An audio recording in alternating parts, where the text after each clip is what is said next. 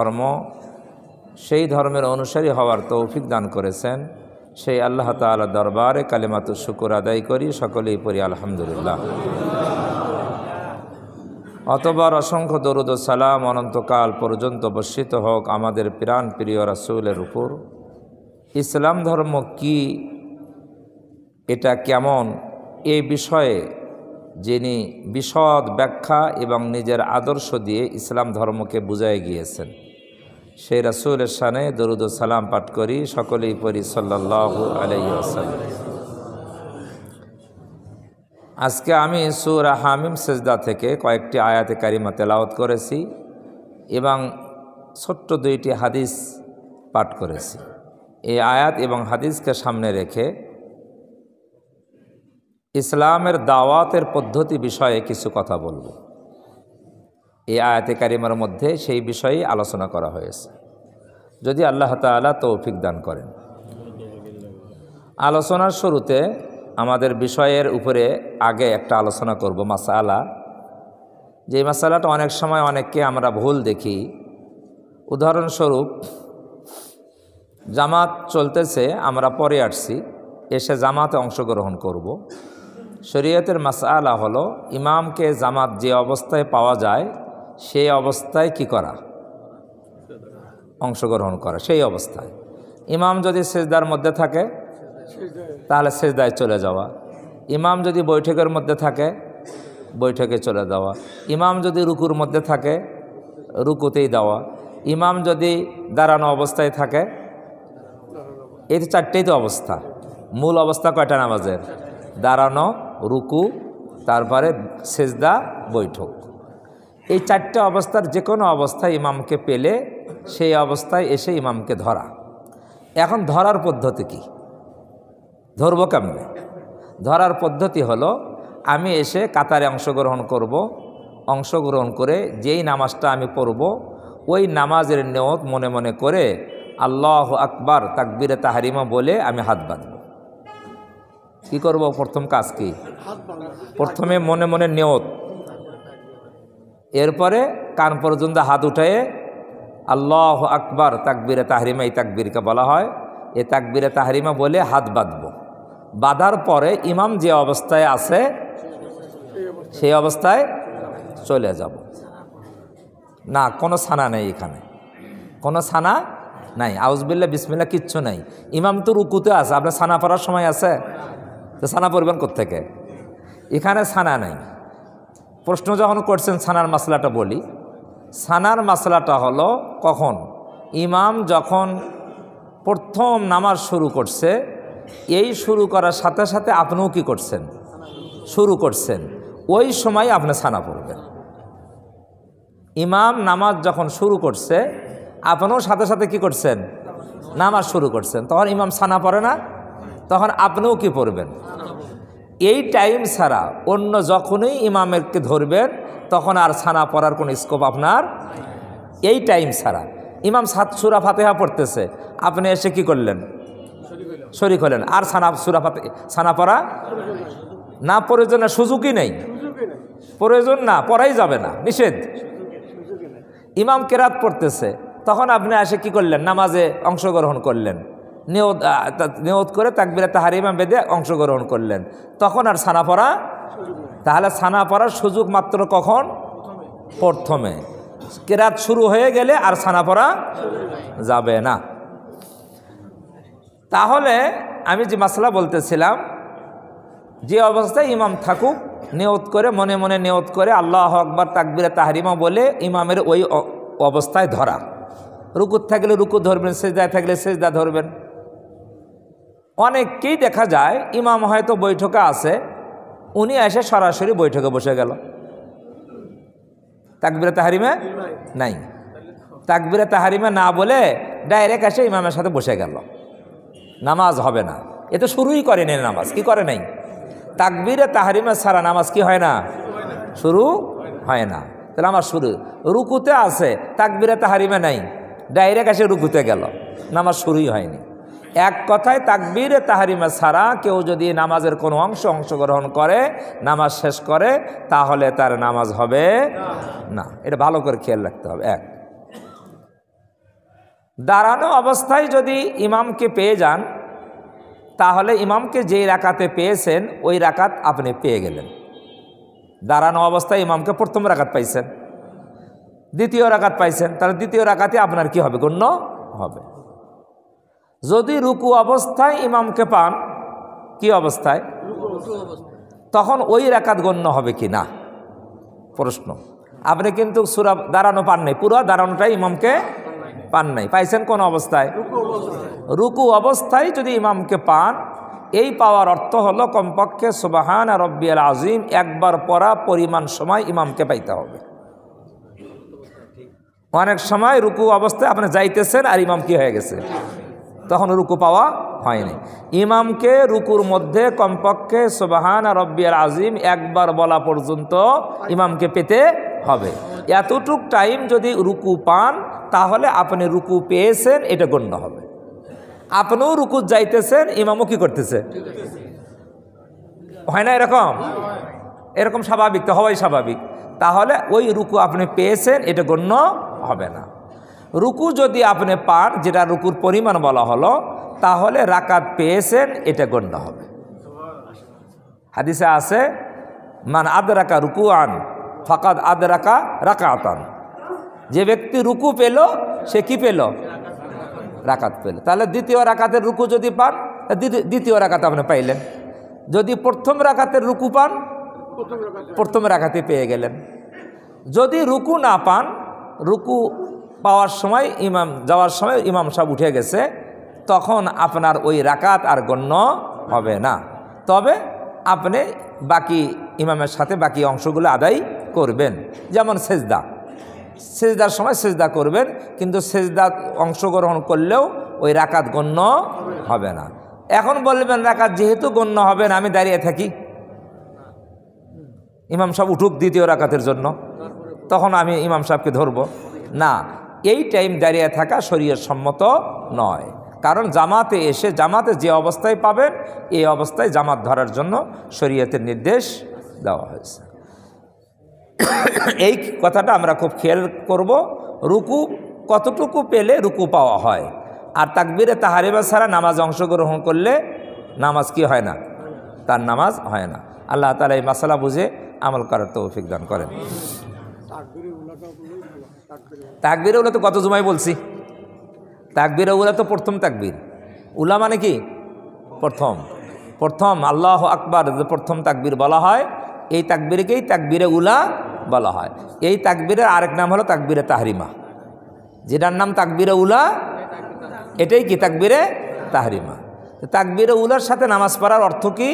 ইমাম যখন তাকবীর বলবে, সাথে সাথে আপনিও কি বলবেন? তাকবীর বলবেন। এটা কি তাকবীরে উলা বলা হয়। তাহলে তাকবীরে উলার সাথে আপনি কি ধরলেন? নামাজ ধরলেন। এটা হলো বিশুদ্ধ মত। আরও কিছু মত আছে, এটাই বিশুদ্ধ মত। কেউ কেউ বলছে যে সূরা ফাতিহা পড়া পর্যন্ত যদি আপনি আসে ইক্তেদা করেন, তাহলে তাকবীরে উলা পেলেন। কেউ বলছে রুকুর আগ পর্যন্ত যদি আপনি ধরেন, তাতেও তাকবীরে উলা পাইলেন। কিন্তু এগুলো মতভেদ আছে। কিন্তু বিশুদ্ধ মত হলো, ইমাম যখন তাকবীর বলবে, সাথে সাথে আপনি কি বলবেন? সাথে সাথে তাকবীরে উলা, তাহলে আপনি তাকবীরে উলা পেলেন। আল্লাহ তাআলা আমাদের বোঝার তৌফিক দান করেন। আজকে যে বিষয়টা নিয়ে আমরা কথা বলবো, এই বিষয়টা হলো ইসলামে দাওয়াত। ইসলামে কি দাওয়াত, যেটা আমাদের পরিভাষায় আমরা দাওয়াত ও তবলিগ বলি, দাওয়াত ও তাবলিগ বলি। ইসলামের গুরুত্বপূর্ণ একটা বিষয় হলো দাওয়াত দেওয়া। কি দেওয়া? দাওয়াত দেওয়া। কিসের দাওয়াত?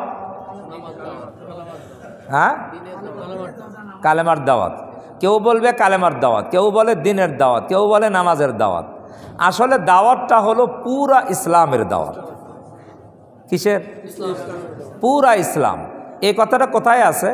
সূরা মায়েদার মধ্যে এই কথাটা আছে এইভাবে, ইয়া আইয়ুহার রাসূলু বাল্লিগ মা উনজিলা ইলাইকা মির রাব্বিক। হে মুহাম্মদ সাল্লাল্লাহু আলাইহি ওয়াসাল্লাম, আপনি তাবলিগ করুন। কি করুন? তাবলিগ মানে পৌঁছানো। তাবলিগ মানে কি? পৌঁছানো। কি পৌঁছাবেন? মা উনজিলা ইলাইকা মির রাব্বিক, আপনার রবের নিকট থেকে আপনার কাছে যা নাজিল করা হয়েছে, এই দিন, এই নাজিল করা বিষয়টা, এটা মানুষের কাছে কি করেন? এটার তাবলিগ করেন। কথা বুঝছেন না বোঝেন নাই? শুধু নামাজ না পুরো দিন? পুরা দিনের তাবলীগ, পুরা দিনের তাবলীগ এই আয়াতের মধ্যে বলা হয়েছে। আপনার কাছে যা নাজিল করা হয়েছে তা কি করেন? অন্যের কাছে পৌঁছায় দেন। এই আদেশ কাকে করা হয়েছে? রাসূলকে। এরপর আল্লাহ তাআলা বলেন ওয়াইল্লাম তাফআল, যদি আপনি এই কাজ না করেন। কোন কাজ? যে দায়িত্ব আপনাকে দিলাম, এই কাজ যদি আপনি না করেন বা আংশিক করেন, পুরো না করেন, ফামা বাল্লাগতা রিসালাতা, তাহলে আপনি রিসালতের দায়িত্ব, নবুয়তের দায়িত্বই পালন করলেন না। কঠিন ধমকি না? আপনি নবুয়তের দায়িত্ব যেটা আপনার, সেটা হলো পৌঁছানো। যদি আপনি না পৌঁছান বা আংশিক পৌঁছান, পুরো না পৌঁছান, ফাইল্লাম তাফাল ফামা বাল্লাগতা রিসালাতা, তাহলে আপনি রিসালতের দায়িত্বই কি করলেন না। তাহলে কঠিন ধমকি না? কঠিন ধমকি। এখন আসেন, রাসূল সাল্লাল্লাহু আলাইহি ওয়াসাল্লাম এই দাওয়াত, এই দিন উম্মতের কাছে পৌঁছাইছেন না পৌঁছান নাই? আংশিক না পুরোপুরি? পুরাপুরি। যা নাজিল হয়েছে কোনো অংশই গোপন রাখেননি, পুরাপুরি পৌঁছাইয়া দিয়েছেন। বিদায় হজের ময়দানে রাসূলুল্লাহ সাল্লাল্লাহু আলাইহি ওয়াসাল্লাম আরাফাতের ময়দানে সাহাবাই কেরামকে, লক্ষাধিক সাহাবাই কেরামকে সম্বোধন করে বললেন, ও আমার সাহাবাই কেরাম, আমার কাছে আল্লাহ তাআলা দ্বীনের যে জিম্মাদারি দিয়েছিলেন, দিন তোমাদের কাছে পৌঁছানোর দায়িত্ব দিয়েছিলেন, এটাকে আমি যথার্থভাবে পৌঁছাইয়ে দিয়েছি? সমস্ত সাহাবাই কেরাম বললেন, ইয়া রাসূলুল্লাহ, আপনি শুধু পৌঁছান নাই, এটার পুরাপুরি হক আদায় করে বাস্তবায়ন করে দেখাইয়ে দিয়েছেন। শুধু পৌঁছান নাই, থিওরিক্যাল প্র্যাকটিক্যাল সবভাবে বাস্তবায়ন করে দেখাইয়ে দিয়েছে। আমরা এ কথার সাক্ষী। আমরা এই কথার কি সাক্ষী? আল্লাহ রাসূল সাল্লাল্লাহু আলাইহি ওয়াসাল্লাম ওই সময় আকাশের দিকে শাহাদত আঙ্গুলি উত্তোলন করলেন। উত্তোলন করলে বলে, ইশহাদ, হে আল্লাহ, আপনি সাক্ষী থাকেন, আপনি আমাকে যে দায়িত্ব দিয়েছিলেন সেই দায়িত্ব, রিসালাতের দায়িত্ব আমি পুরা আমার উম্মতের কাছে, আপনার বান্দার কাছে পৌঁছাইয়ে দিয়েছি। এই সমস্ত সাহাবাই কেরাম তার সাক্ষী। তাহলে এই হাদিস থেকে বোঝা যায় রাসূলুল্লাহ সাল্লাল্লাহু আলাইহি সাল্লাম তার রিসালাতের দায়িত্ব এটা পৌঁছাইছেন না পৌঁছান নাই? পৌঁছান নাই। এরপরে আল্লাহর নবী বললেন, ওই মুহূর্তে কি বললেন? বাল্লিগু আন্নি ওয়ালাউ আয়া। এই হাদিসটা পরিশুদ্ধ হাদিস। নবীজি বললেন, ও আমার সাহাবাই কেরাম, তোমরা সাক্ষী দিলে, আমি আল্লাহকে সাক্ষী রাখলাম যে আমি আমার নবুয়তের দায়িত্ব পৌঁছাইয়ে দিয়েছি, রিসালাতের দায়িত্ব পৌঁছাইয়ে দিয়েছি, আমার কাছে যা নাজিল হয়েছে পুরা দিন আমি পৌঁছাইয়ে দিয়েছি। এখন আমি নবী তোমাদেরকে বলতেছি, আমার পক্ষ থেকে তোমরা যে যতটুকু দিন পেয়েছো, অতটুকু যে যতটুকু পেয়েছো সঠিকভাবে তা অন্যের কাছে পৌঁছাইয়ে দাও। এই কথা কে বললেন? আল্লাহ বলছেন নবীকে। আল্লাহ বলছেন কাকে? আমি যা নাজিল করছি তা পৌঁছায় দেন। নবী বললেন উম্মতকে যে আমার কাছ থেকে তোমরা যে যতটুকু সঠিকভাবে পেয়েছো তা অন্যের কাছে কি করো। আপনারা আপনাদের জানা থাকার কথা, বাংলাদেশে কি কোনো নবী আসছে? আসেনি। তো ইসলাম আসলো কেমনে?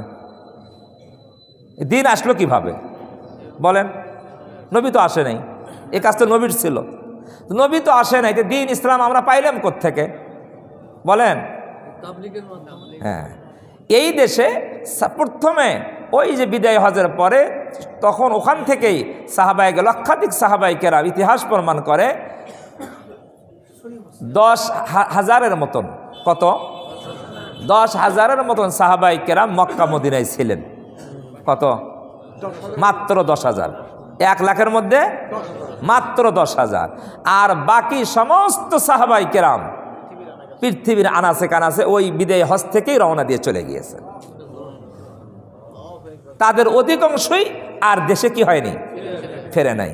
ওই নবীজির দায়িত্ব যে তোমরা পৌঁছায় দাও, ওই পৌঁছায় দাও এটাই দায়িত্ব নিয়ে তারা বিশ্বের আনাচে কানাচে ছুটে গিয়েছে।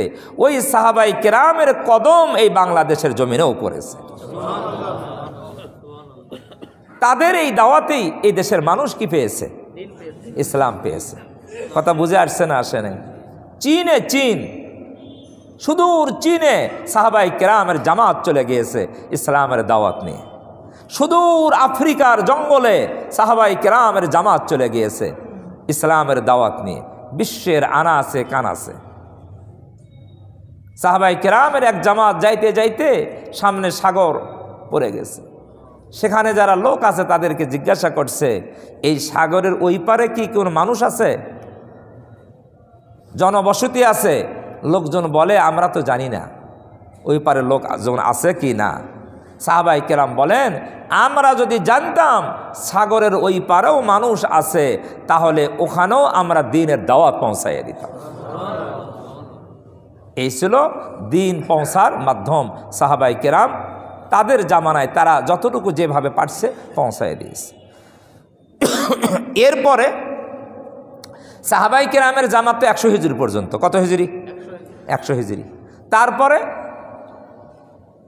তাবিন, তাবিন, আউলিয়া কেরাম, বুজুর্গানে দ্বীন, তারা দ্বীনের এই মিশন নিয়ে বিশ্বের আনাচে কানাচে ছড়িয়ে গিয়েছে এবং দ্বীনকে পৌঁছাইয়ে দিয়েছে।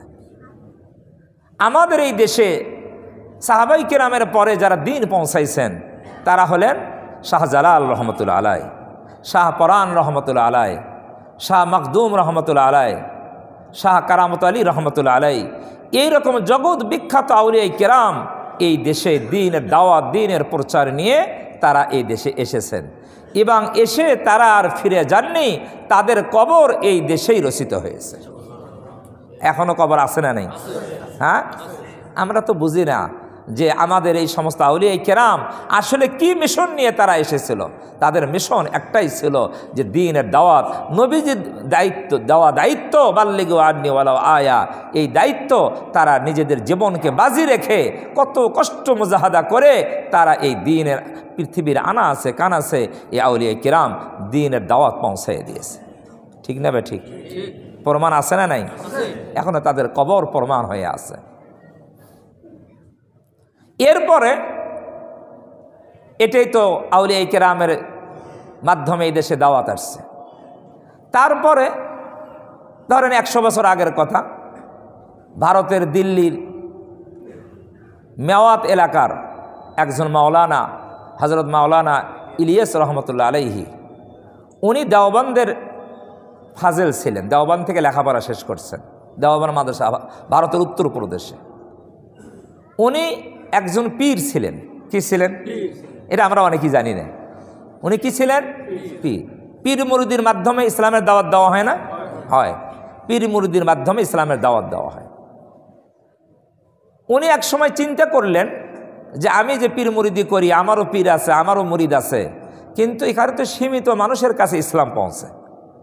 যারা পীরের কাছে যায় তাদেরকেই পীর সাহেব কি দেয়? সবক দেয়। আর যারা যায় না তারা সবক পায় না। যারা যায় তাদের সংখ্যা বেশি না যারা যায় না তাদের সংখ্যা বেশি? হিসেবই নেই। তখন উনি চিন্তা ফিকির করলেন যে যেই মানুষগুলো আসতেছে এদের সংখ্যা তো একেবারেই সীমিত, যারা আসে না তাদের সংখ্যা তো অনেক বেশি, তো ওই মানুষগুলো তো দিন থেকে বঞ্চিত হয়ে যাচ্ছে, তাদের কাছে দিন পৌঁছানো যায় কিভাবে?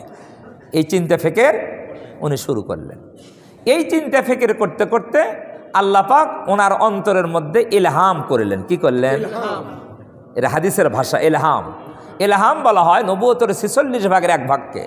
পুরা নবী তো আর নাই, ওহী তো আর আসবে না, কিন্তু অন্তরের মধ্যে আল্লাহ ওয়ালাদের অন্তরের মধ্যে আল্লাহ তাআলা ইলহাম করেন। ওনার অন্তরে আল্লাহ তাআলা ইলহাম করলেন যে তুমি এইভাবে এই দ্বীনের প্রচার মানুষের দ্বারে দ্বারে, মানুষ যেখানে আছে সেখানে তুমি এই দ্বীনের দাওয়াত পৌঁছায় দাও।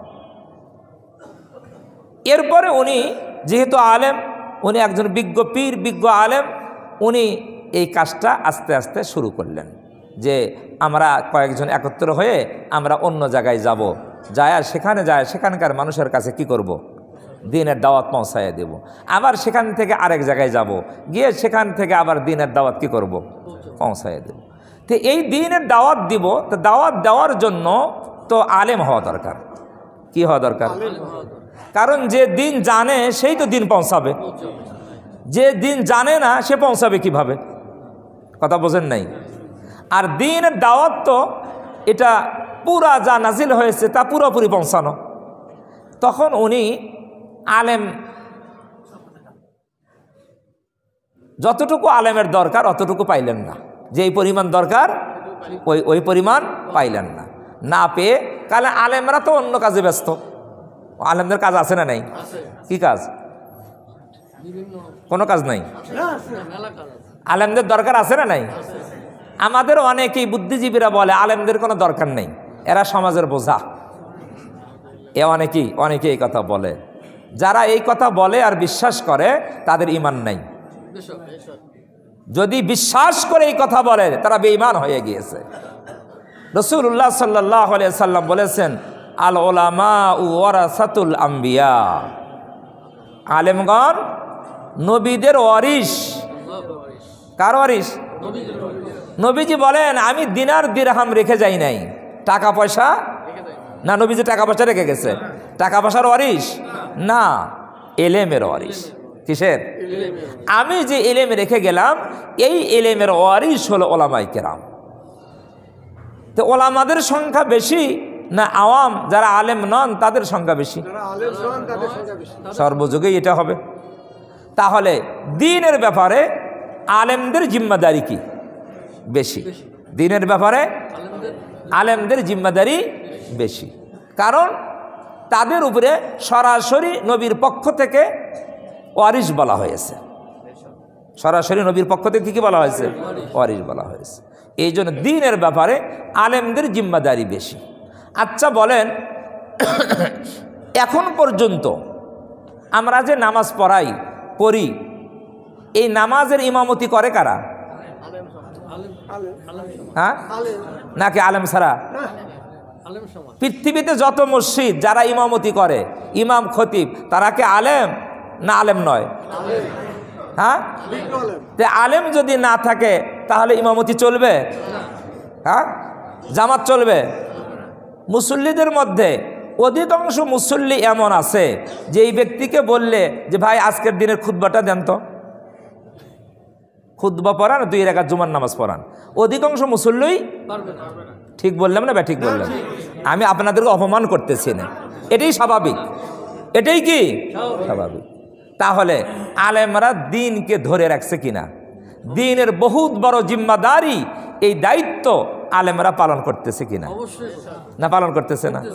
এখন আসেন, আমাদের সমাজে কিছু পরিভাষা আছে, এই পরিভাষার মধ্যে পরিভাষাগুলো ভালো, কিন্তু যে অর্থে ব্যবহার হয় এটা আম অর্থ, ব্যাপক অর্থে, কিন্তু আমরা অনেক ক্ষেত্রে এটাকে এই সংকুচিত করে নিয়েছি, আমরা খাস করে নিয়েছি। এটা আমাদের ভ্রান্তি, আমাদের মূর্খতা, আমাদের দুর্বলতা। এ থেকে আমাদের বের হয়ে আসা দরকার। যেমন উদাহরণ দেই, যারা দাওয়াত ও তাবলীগের মেহনত করে তারা বলে, তাদের অধিকাংশ এই কথা বলে, এ কথা বিশ্বাস করে, এটা নবীওয়ালা কাজ। বলে না? বলে না? যারা তাবলীগের কাজ করেন, জড়িত আছেন, তারা এই ইয়াকিন রাখে, বিশ্বাস রাখে, এটা নবীওয়ালা কাজ। মানে এই কাজটা নবী করছে। দাওয়াতের কাজ কে করছেন? তাহলে আমরাও এই কাজ করি, এটা নবীওয়ালা কাজ। কথা ঠিক না ঠিক? আচ্ছা, আমি আপনাদের প্রশ্ন করি, নবীজি সাল্লাল্লাহু আলাইহি ওয়াসাল্লাম জুমার নামাজের খুতবা দিয়েছেন কিনা? না, কোনোদিনও দেন নাই। নবীজি নামাজের ইমামতি করছে কিনা? না, করেন নাই। তাহলে খুতবা দেওয়া আর ইমামতি করা এটা কি নবীওয়ালা কাজ নয়? কিন্তু কোন তাবলীগের ভাইয়ের কাছে এই কথা শুনছেন যে ইমামরা নবীওয়ালা কাজ করে? বরং উল্টা এই কথা বলে যে আলেম আমাদের সাথে তাবলীগ করে না, এরা নবীওয়ালা কাজ করে না। ঠিক না? আমার কথা বোঝেন নাই? নবী কি ইমামতি করছে না করে নাই? খুতবা দিছেন কি দেন নাই? তাহলে যে আলেম ইমামতি করে, যে আলেম কি করে, খুতবা দেয়, সে নবীওয়ালা কাজ করে না? তাহলে কোনোদিন তো আপনি কথা বললেন না যে ওই ইমাম সাহেব নবীওয়ালা কাজ করে। নামাজের পরে আপনি কিতাবে তালিম করেন, চিল্লে দেন, আর আপনি বলতেছেন আপনি নবীওয়ালা কাজ করেন। আর ইমাম সারা জীবন নবীওয়ালা কাজ করলো, খুতবা দিল, ইমামতি করলো, সে নবীওয়ালা কাজ করে না। এর চেয়ে বড় মূর্খতা আর কিছু নাই। এটা ভ্রান্তি, মুসলমানদের মধ্যে একটা ভ্রান্তি, গোমরাহি ছড়ায় দেওয়া হয়েছে। নবীজি সাল্লাল্লাহু আলাইহি সাল্লাম বলছেন, বুইস্তু মুআল্লিমা, হে দুনিয়াবাসী তোমরা ভালো করে জানো আমি নবীকে আল্লাহ তাআলা শিক্ষক হিসেবে প্রেরণ করেছেন। কি হিসেবে? এই কথাকার। তাহলে শিক্ষকতা করা এটা কি নবীওয়ালা কাজ নয়? বলেন, আমার কথা বুঝতেছেন না? শিক্ষকতা করা, কোরআন শিখানো, হাদিস শিখানো, মাসলা শিখানো, এটাকে নবীওয়ালা কাজ নয়? আলেম ওলামারা তারা কি আলেম তৈরি করতেছে না করতেছে না? তারা কি শিক্ষকতা করতেছে কি করতেছে না? তাহলে আলেম যারা মাদ্রাসায় শিক্ষকতা করে তারা কি নবীওয়ালা কাজ করতেছে না শয়তানি কাজ করতেছে? তাহলে আলেমদের ব্যাপারে আপনি কিভাবে বলেন আলেমরা নবীওয়ালা কাজ করে না? কতবার গুমরাহির কথা। আলেমদেরকে নবীওয়ালা কাজ থেকে আপনি আলাদা করে দিলেন, আলেমরা নবীওয়ালা কাজ করে না। আসেন, যারা জিহাদের ময়দানে আছে তারা কি নবীওয়ালা কাজ নয়? বলেন, আল্লাহ রসুল জিহাদ করেন নাই? হ্যাঁ, করছে না করে নাই? কাফেরের সাথে উহুদের যুদ্ধে, বদরের যুদ্ধে, বিভিন্ন যুদ্ধে নবীজি যুদ্ধ করছেন না করেন নাই? তাহলে যুদ্ধ করা কাফেরদের সাথে ইসলামকে, দ্বীনকে সমন্বিত করার জন্য এটা কি নবীওয়ালা কাজ না নবীওয়ালা কাজ নয়? কিন্তু কোনোদিন কোনো তবলিগওয়ালা ভাইয়ের কাছে শুনছেন জিহাদের ময়দানে যারা আছে ওরা নবীওয়ালা কাজ করে? বলে? কে শিখাইল আপনাদেরকে নবীওয়ালা কাজ? মাওলানা ইলিয়াস সাহেব রহমতুল্লাহ আলাইহি, উনি কি আলেম না আলেম না? হ্যাঁ, আলেম না আলেম না? তো উনিই তো নবীওয়ালা কাজ শিখাইলেন। ফাজাইলে আমল যিনি লিখছেন, ফাজাইলে আমলের কিতাব, যেই কিতাবের তালিম করেন, এই কিতাব কে লিখছে? আলেম না আপনাদের মতো মূর্খ? মাওলানা জাকার শাইখুল হাদিস, ভারতবর্ষের বিখ্যাত আলেম শাইখুল হাদিস জাকারিয়া রহমতুল্লাহ আলাইহি, তালিমে তো কিতাব লিখছে। যার কিতাব তালিম করেন আর বলেন আলেমরা নবীওয়ালা কাজ করে না। আজীব কারবার। কথা বুঝছেন না বোঝেন নাই? মানে এমন শয়তান ঢুকছে যে শয়তান ঢুকে এই দ্বীনকে তছনছ করে দিচ্ছে। হ্যাঁ, জিহাদ করা তো নবীওয়ালা কাজ। জিহাদ করবেন কার সাথে? না মুসলমানের সাথে। একদল মুসলমান ঘুমিয়ে আছে টঙ্গীর ময়দানে, আরেক দল মুসলমান যায়া যারা নবীওয়ালা কাজ করে তারা যে আক্রমণ করে শহীদ করে দিল। এটা নবীওয়ালা কাজ? হ্যাঁ, বলেন এটা নবীওয়ালা কাজ? এই কাজ দিকে তো শয়তানও ভয় পায়। হ্যাঁ, আস্তাগফিরুল্লাহ। কোন মুসলমান অন্যায়ভাবে ঘুমন্ত অবস্থায় কোন মুসলমানকে হত্যা করতে পারে? হ্যাঁ, জিহাদ কি মুসলমানের সাথে হবে না কাফেরের সাথে হবে? কার সাথে জিহাদ? কাফের কার সাথে জিহাদ করতেছেন?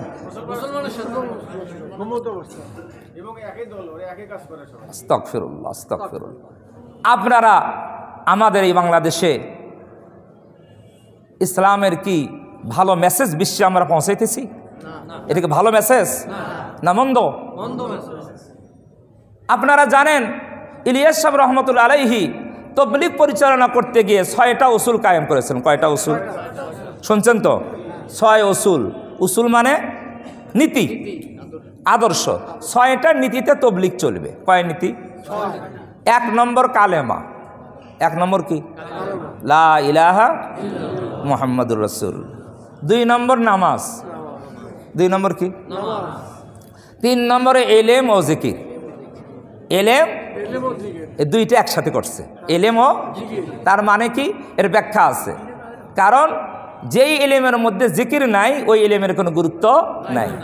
আবার যেই জিকিরের মধ্যে এলেম নাই ওই জিকিরেরও কি নেই, মূল্য নাই। এই জন্য 2টা পয়েন্টকে একত্র করছেন, এলেম ও জিকির। এলেম ও তাবলিগি ভাইরা দীর্ঘদিন থেকে ভাগ হওয়ার আগ পর্যন্ত তাবলিগি যখন তালিম হয়েছে, এই 6 নম্বরের তালিম, এটাকে 6 নম্বর বলা হয়, তখন এই এলেম ও জিকিরের আলোচনা করতে গিয়ে বলা হয়েছে আমরা এলেম শিখব 2 ভাবে। কয় ভাবে? এখানে আসের কি তবলিগি ভাই? হ্যাঁ, কয় ভাবে শিখায়? এলেম শিখব কয় ভাবে? ফাজাইলে এলেম, মাসাইলে এলেম। ফাজাইল মানে ফজিলত, লাভ। কোন কাজ করলে কি লাভ হবে। এই এলেমটা শিখবো ফাজাইলের কিতাবের তালিমের মাধ্যমে। এটা বলে না তালিম করব, ওই তালিমের মধ্যে কি মাসলা আছে? মাসলা নাই। কি আছে? খালি ফজিলত। আমল করলে কি লাভ, না করলে কি ক্ষতি। তাহলে ফাজাইলে আমল শিখবো তালিমের হালকায়, আর মাসাইলে এলেম শিখবো হক্কানি আলেমের কাছে গিয়ে। এটাই তো কথা। তাহলে এই 6 উসুলের 3 নম্বর যে উসুলটা, যে মাসাইলে এলেম শিখবো হক্কানি আলেমের কাছে গিয়ে। এখন যদি আপনার ধারণা হয় আলেম ইসলাম বোঝে না, আলেম নবীওয়ালা কাজ করে না, তাহলে আপনি কি আলেমের কাছে যাবেন? তাহলে আপনার উসুলই তো ঠিক নেই। ইলিয়াস সাহেব রহমতুল্লাহ আলাই যে উসুল করে গেলেন, দিয়ে গেলেন, সেই উসুলের উপরে ঠিক আছে? কায়েম আছে? নাই। এরপরে 4 নম্বর উসুল কি বলেন? ইকরামুল মুসলিমিন। ইকরামুল মুসলিমিন মানে কি বলেন? মুসলমানদেরকে কি করা? কদর করা। যার যে সম্মান, সেই সম্মান দেখে তাদের সম্মান করা, কদর করা। এটা তো ইকরাম। কেমত বুঝে কি করা? সম্মান করা, মুসলমানদের সম্মান করা। এর মধ্যে আলেমবাদ মানে আলেমের সম্মান করা যাবে না। আমার তো বুঝেই আসে না, কি বলবো, ভাষাই নেই। মুসলমানদের সম্মান করে, ইকরামুল মুসলিমিন। সব কি? কেউ যদি কোনো মুসলমানের ইকরাম করে, তাহলে তার থেকে 3 খন্দক দূরে চলে যায় জাহান্নাম। কয় খন্দক? 1 খন্দকের দূরত্ব জমিন থেকে আসমান পর্যন্ত, তার 3 খন্দক দূরে চলে যায় জাহান্নাম মুসলমানকে ইকরাম করলে। তাহলে ঘুমন্ত অবস্থায় মুসলমানকে মারা, এটাও তো ইকরাম। এটাও ইকরাম। আমার বুঝে আসে না, কিসের তাবলিগ করলো, কিসের তাবলিগ বুঝলো, কিসের দিন বুঝলো। এটাই যদি ইকরাম হয়, মানুষ মারা যদি ইকরাম হয়, এই রকম তাবলিগ আমাদের দেশের দরকার নাই। ঠিক না বে ঠিক? যেই তাবলিগ মানুষকে হত্যা করে, এই তাবলিগ বাংলাদেশে দরকার নাই। আউলিয়া কিরাম বুজুর্গান দিন মানুষকে হত্যা করে দিন শিখাইছে? হ্যাঁ। ইলিয়াস রহমতুল্লাহ আলাইহি যে উসুল দিয়ে গেলেন, আজকের তাবলিগওয়ালারা সেই উসুলের উপর আছে? হ্যাঁ। মাসাইলে ইলম শিখবে হক্কানি আলেমের কাছে, এই উসুলও নাই। ইকরামুল মুসলিমিনের যে উসুল, ইকরাম তো দূরের কথা, আরো মারামারি, খুনাখুনি, এটার নাম ইকরাম। তাহলে তো উসুলের উপরেই নাই। যেই ইলিয়াস রহমতুল্লাহ উসুল দিয়ে গেলেন, যেই নীতি দিয়ে গেলেন, সেই নীতির উপরে যারা থাকবে না, তারা কি তাবলিগি হতে পারে? এরা তাবলিগি হতে পারে না। এরা দ্বীনের নামে ফিতনা। এরা দ্বীনের নামে কি ফিতনা। অনেকেই বলে যে আলেমরা তো তাবলিগ করে না, আলেমরা নাক গলায় কে বলে কিনা শোনেন নাই? এটা তো আজীব কারবার। আগেই আমি বুঝিয়ে দিয়েছি, আলেমরা তাবলিগ করে কি করে না? নবীওয়ালা কাজ করে কি করে না? না করে না। তারা বেশি করে না আলেমরা বেশি করে? নবীওয়ালা কাজ কারা করে? হ্যাঁ, আলেমরাই তো বেশি করে, তাই নয়? তাহলে যদি বলে নবীওয়ালা কাজ আলেমরা করে না, আলেমরা নাক গলায় কেন? এই কথাটা শয়তানি ওয়াসওয়াসা। কেন শয়তানি ওয়াসওয়াসা? ভালো করে বোঝেন কেন শয়তানি ওয়াসওয়াসা। শয়তান তাকে গ্রেফতার করে ফেলেছে। এই জন্য যে আলেমদের থেকে সাধারণ মানুষকে বিচ্ছিন্ন যদি করা যায়, তাহলে মানুষকে গোমরা করতে আর সময় লাগবে না। যদি আলেম থেকে সাধারণ মানুষকে বিচ্ছিন্ন করা যায়, ইমাম থেকে বিচ্ছিন্ন করা হয়, তাহলে আর সাধারণ মানুষকে গোমরা করতে আর সময় লাগবে না। বলে আলেমরা কেন নাক গলায়? এটা আমাদের বিষয়ে আমরা দেখব। আচ্ছা বলেন, সেনাবাহিনী কোথায় থাকে? ক্যান্টনমেন্ট। পুলিশ কোথায় থাকে? বেরাকে থাকে। তারপরে বিডিআর কোথায় থাকে? বেরাকে থাকে। তো এখন দেশে যদি কোনো গন্ডগোল লাগে, কোনো জায়গায় বিশৃঙ্খলা হয়, তাহলে সেই জায়গায় পুলিশ যায় কি যায় না? যায়। কি জন্য যায়? গন্ডগোল নিরসন করার জন্য। পুলিশ যদি না পারে, বিডিআরও যদি না পারে, সেনাবাহিনী যায় কি যায় না? এখন যারা গন্ডগোল লাগছে, তারা যদি বলে যে এইখানে বিডিআর কি জন্য আসছে, আর্মি কি জন্য আসছে, তোরা বেরাকের মানুষ বেরাকে থাকো, এই কথা বলা কি যৌক্তিক? হ্যাঁ, তখন আর্মি বলবে যে আমরা তো ব্যারাকের মানুষ, ব্যারাকেই থাকতাম, যে তোমরা যে গন্ডগোল বাজাইছো এই গন্ডগোল নিরসনের জন্য আমরা এখানে মাঠে আসছি। বলবে কি বলবে না? হ্যাঁ, এটাই তো দায়িত্ব, এটাই পুলিশ আর্মি বিডিআরের দায়িত্ব। গন্ডগোল না হলে তারা ব্যারাকেই থাকবে, তারা মাঠে আসবে না। যখন গন্ডগোল হয় তারা ব্যারাক ছেড়ে গন্ডগোল মিটানোর জন্য কোথায় আসে? মাঠে আসে। এখন তবলিগওয়ালারা যদি গন্ডগোল না করত, এই ভেজাল না করত, আলেমরা আলেমদের ব্যারাকে মাদ্রাসায় থাকতো, তারা আর মাঠে আসতো না। কথা বুঝছেন না বোঝেন নাই? কারণ আলেমরা দিনের ব্যাপারে তার আর্মির দায়িত্ব পালন করে। দিনের ব্যাপারে দায়িত্ব কার? দিন সংরক্ষণের দায়িত্ব কার? 1 নম্বরে আলেমদের। এখন দিনের ব্যাপারে যখন ফিতনা হবে, মারামারি হবে, তখন আলেমরা কি ব্যারাকে থাকবে না মাঠে নামবে? মাঠে নামবে নিরসন করার জন্য। এখন যদি আপনি বলেন আলেমরা মাদ্রাসা থেকে কেন আসছে, এটা ওই রকম হবে যেরকম পুলিশ যদি বের হয় ব্যারাক থেকে, আপনি গন্ডগোল করছেন, তখন বলা আর্মি বের হলে যদি আপনি বলেন আর্মি কি জন্য বের হয়েছে, ওইটা বলা যেমন অন্যায়, এ কথা বলাও কি? ওটা যেমন অযৌক্তিক, এ কথাও কি তেমনি অযৌক্তিক। আমি আপনাদের বিবেকের কাছে কথাগুলো বলতেছি, খুব নিরপেক্ষভাবে বিবেক দিয়ে কথাগুলো কি করবেন, বিচার করবেন। আল্লাহ বলেছেন ওমান আহসানু কওলাম মিম্মান দাআ ইলাল্লাহ, ওই ব্যক্তির কথার চেয়ে কার কথা উত্তম, যে মানুষকে আল্লাহর দিকে ডাকে। আর বলে আমি একজন মুসলিম। এ কথার মধ্যে অর্থ হলো আমার মধ্যে কোনো অহংকার থাকবে না।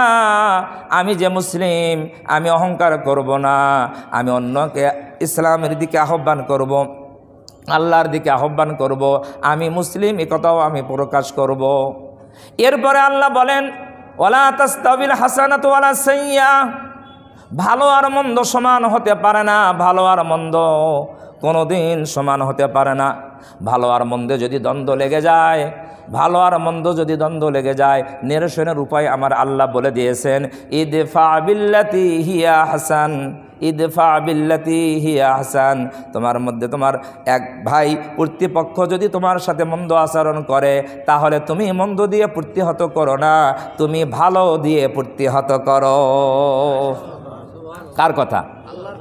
ইদফা বিল্লাতি হিয়া হাসান, তুমি প্রতিহত করো মন্দ দিয়ে নয়, ভালো দিয়ে প্রতিহত করো, মন্দ দিয়ে প্রতিহত করো না।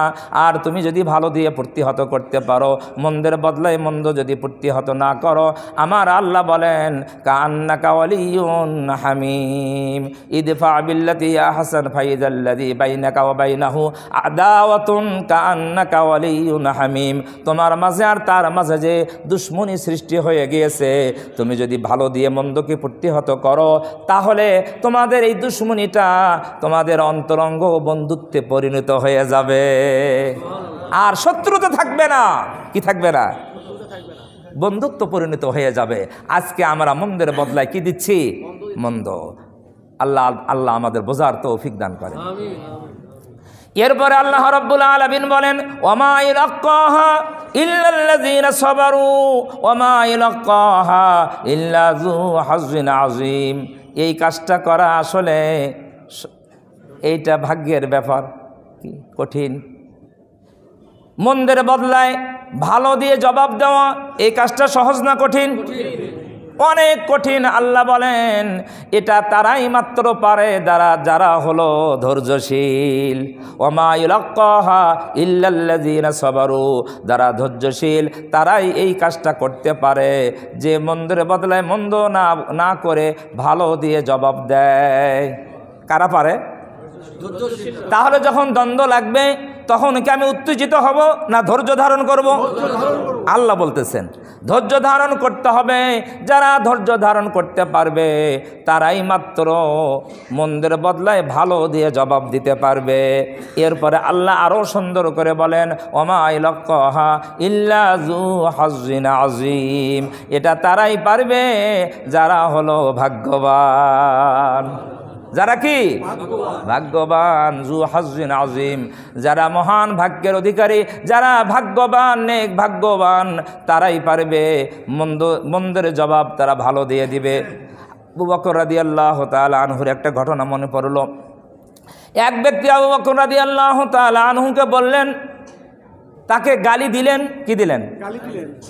গালি দিলেন, তার সাথে খারাপ ব্যবহার করলেন। এখন গালির উত্তরে কি দিবে? গালি, হ্যাঁ?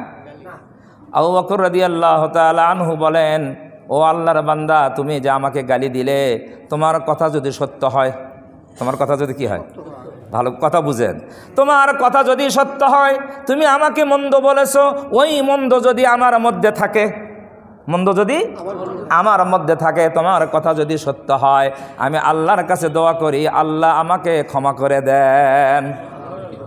দেখছেন? আর তুমি যে আমাকে মন্দ বললে, আমাকে গালি দিলে, তুমি যদি এই কথায় মিথ্যাবাদী হও, তুমি আমাকে মন্দ বললে, ওই মন্দ আমার মধ্যে নাই, যে গালি দিলে ওইটা আমার মধ্যে নাই, তাহলে তুমি যদি এই কথায় মিথ্যাবাদী হও, তাহলে আমি তোমার জন্য দোয়া করি, আল্লাহ তোমাকে ক্ষমা করে দেন। বুঝছেন এবার? ইদফা বিল্লাতি হিয়া আহসান, এর নামে ইদফা বিল্লাতি হিয়া আহসান। মন্দের বদলায় জবাব কি মন্দ না ভালো? হ্যাঁ, মন্দের বদলা জবাব মন্দ দিয়ে নয়, ভালো দিয়ে করতে হবে। এখন বলেন যে এই ব্যক্তি তাকে গালি দিল, মন্দ বলল, তাকে কি ধমকাইছে? তাকে কি পাল্টা গালি দিয়েছে? না না, গালিও দেয় নেই, ধমকায় নাই, খালি সুন্দর করে যুক্তি দিয়ে বলছে, আমার মধ্যে যদি তোমার যে কথা বলছো মন্দ থাকে, তুমি যদি সত্যবাদী হও, আল্লাহ আমাকে মাফ করে দেন। আর তুমি যদি তোমার কথায় মিথ্যাবাদী হও, তাহলে আল্লাহ তোমাকেও মাফ করে দেন। এটাই হলো ইদফা বিল্লাতি হিয়া আহসান। আল্লাহ তাআলা আমাদের তৌফিক দান করেন। অনেক কথা বলার ছিল, কিন্তু সময় অভাবে বলতে পারলাম না। আমার আবেদন যে আমাদের দ্বীনি ভাইয়েরা যারা আছেন, আমাদের মধ্যে হিংসা বিদ্বেষ রাখা যাবে না। আমাদের পরস্পরে ভাই ভাই হয়ে থাকতে হবে। আগে আমরা শুনতাম, জানতাম তাবলিগ জামাতের লোকেরা এরা খুব নিরীহ। এরা কি নিরীহ? তো এখন আর নিরীহ নাই, এখন হয়ে গেছে কি উগ্র। এখন আমার মনে হয় এখানে মদিনায় যেমন মুসলমানদের মধ্যে ইহুদি খ্রিস্টান ঢুকে, মুসলমানদের মধ্যে মুনাফিক ঢুকে, মুসলমানদের মধ্যে মারামারি যুদ্ধ সংগঠিত করেছে, আমার মনে হয় এই তাবলিগ জামাতের মধ্যেও এইরকম কোনো দুর্বিসন্ধি, কোনো ইহুদি, কোনো মুনাফিক ঢুকে মুসলমানদের মধ্যে দ্বন্দ্ব সৃষ্টি করতেছে। আপনাদের কি মনে হয়? নিরীহ দল, তারা মারামারি করবে কেন? তাদের মধ্যে এই আচরণ কেন হবে? তাহলে এখানে বুঝতে হবে, এখানে তৃতীয় কোনো পক্ষ এর ভেতরে মনে হয় কি কাজ করতেছে। তাহলে তাবলীগী ভাইদেরকে সাবধান হতে হবে না, হবে না? সাবধান হতে হবে না? সাবধান হতে হবে। দ্বীনের ব্যাপারে সাবধান হয়ে কথা বলতে হবে, সাবধান হয়ে পা ফেলতে হবে। আল্লাহ তাআলা আমাদের তৌফিক দান করেন।